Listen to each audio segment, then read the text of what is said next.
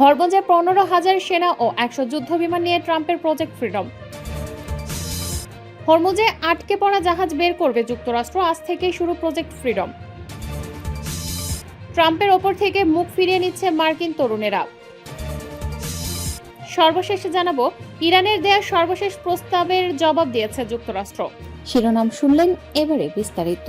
হরমুজে 15,000 সেনা ও 100 যুদ্ধবিমান নিয়ে ট্রাম্পের প্রজেক্ট ফ্রিডম। মধ্যপ্রাচ্যের উত্তপ্ত পরিস্থিতির মধ্যে হরমুজ প্রণালীতে আটকে পড়া বাণিজ্যিক জাহাজগুলোকে নিরাপদে সরিয়ে নিতে বড় ধরনের অভিযানে নেমেছে যুক্তরাষ্ট্র।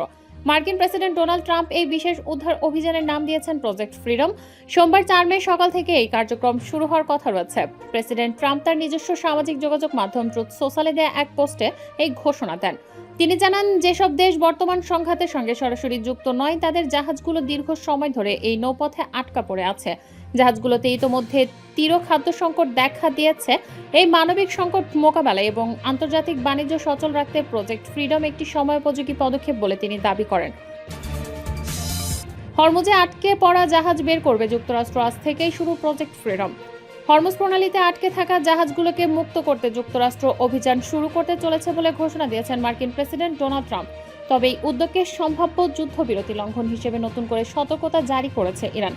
কাতার ভিত্তিক সংবাদ মাধ্যম আল জাজিরার প্রতিবেদন অনুযায়ী স্থানীয় সময় রোববার 3 মে ডোনাল্ড ট্রাম্প ঘোষণা দেন, সোমবার থেকে প্রজেক্ট ফ্রিডম নামে একটি উদ্যোগের মাধ্যমে হরমুজ প্রণালীতে আটকে পড়া জাহাজগুলোকে নিরাপদে বের করে আনতে সহায়তা করবে যুক্তরাষ্ট্র। ট্রাম্প দাবি করেন, কয়েকটি দেশের অনুরোধে এই পদক্ষেপ নেওয়া হচ্ছে, যদিও তিনি নির্দিষ্ট কোনো দেশের নাম উল্লেখ করেননি। নিজের মালিকানাধীন সামাজিক যোগাযোগ মাধ্যম ট্রুথ সোশ্যালে দেয়া এক পোস্টে তিনি বলেন, আটকে থাকা জাহাজগুলো নিরপেক্ষ ও নির্দোষ এবং তাদের নিরাপদ চলাচল নিশ্চিত করা জরুরি।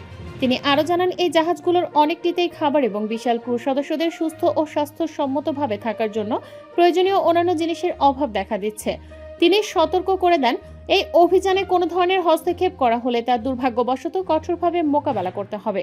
যদিও ট্রাম্প এই উদ্যোগকে মানবিক পদক্ষেপ হিসেবে তুলে ধরেছেন, তবে এটি কিভাবে বাস্তবায়ন করা হবে বা ইরানের সঙ্গে কোনো সমন্বয় থাকবে কিনা তা স্পষ্ট নয়। বিশ্লেষকদের মতে, এই পদক্ষেপ কার্যকর হলে গত 7 এপ্রিল থেকে চলমান ভঙ্গুর যুদ্ধবিরতি ভেঙে পড়ার ঝুঁকি রয়েছে। এদিকে ইরানের পার্লামেন্টের জাতীয় নিরাপত্তা কমিশনের প্রধান ইব্রাহিম আজিজি সতর্ক করে বলেছেন, হরমুজ প্রণালীতে যে কোনো মার্কিন হস্তক্ষেপ যুদ্ধবিরতির লঙ্ঘন হিসেবে বিবেচিত হবে। সামাজিক যোগাযোগ মাধ্যম এক্সে দেয়া এক পোস্টে তিনি বলেন, হরমুজ প্রণালী ও পারস্য উপসাগর কোনো কাল্পনিক ঘোষণার পরিচালিত হবে না। ট্রাম্পের ওপর থেকে মুখ ফিরিয়ে নিচ্ছে মার্কিন তরুণেরা। 2024 সালের নির্বাচনে ডোনাল্ড ট্রাম্পের পক্ষে তরুণ ভোটারদের অভাবনীয় সমর্থন দেখে রিপাবলিকান শিবিরে যে উচ্ছ্বাস দেখা দিয়েছিল, বছর না ঘুরতেই তাতে ভাটার টান লেগেছে। বিশ্বের ইতিহাসে সেরা অর্থনীতি গড়ার চটকদার প্রতিশ্রুতি দিয়ে 18 থেকে 29 বছর বয়সী তরুণদের একটি বড় অংশকে নিজের বলয়ে টেনেছিলেন ট্রাম্প। তবে সাম্প্রতিক পরিসংখ্যান বলেছে, সেই মোহ এখন দ্রুত কাটতে শুরু করেছে। ইউগভ ও দ্য ইকোনমিস্টের যৌথ সমীক্ষায় উঠে আসা তথ্য অনুযায়ী 2025 সালের জানুয়ারিতে এই বয়সীদের মধ্যে ট্রাম্পের জনসমর্থন ছিল 48%, কিন্তু গত কয়েক মাসে সেই জনপ্রিয়তার বড় ধরনের ধস নেমেছে। বর্তমানে তা কমে 25 থেকে 33% ঘরে এসে ঠেকেছে। রাজনৈতিক বিশ্লেষকদের মতে, লাখ লাখ তরুণ ভোটারের এই বিমুখ হওয়া মোটেও আকস্মিক নয়। মূলত নির্বাচনের আগে দেয়া প্রতিশ্রুতি পালনে ট্রাম্প প্রশাসনের চরম ব্যর্থতাই এই অবিশ্বাসের মূল কারণ।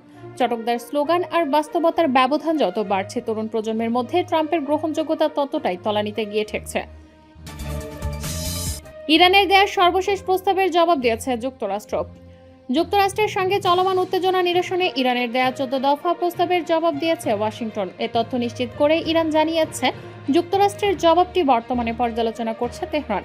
ইরানের পররাষ্ট্র মন্ত্রণালয়ের মুখপাত্র ইসমাইল বাঘাই দেশটির রাষ্ট্রীয় গণমাধ্যমকে জানান, পাকিস্তানের মাধ্যমে যুক্তরাষ্ট্রকে দেয়া ইরানের সর্বশেষ প্রস্তাবের জবাব পেয়েছে তেহরান, তা এখন পর্যালোচনা করা হচ্ছে। তিনি আরও জানান, ইরানের দেয়া এই পরিকল্পনাটি কেবল যুদ্ধ অবসানের বিষয়ের সঙ্গে সংশ্লিষ্ট। এই পর্যায়ে পরমাণু কর্মসূচি নিয়ে কোনো আলোচনার সুযোগ রাখা হয়নি।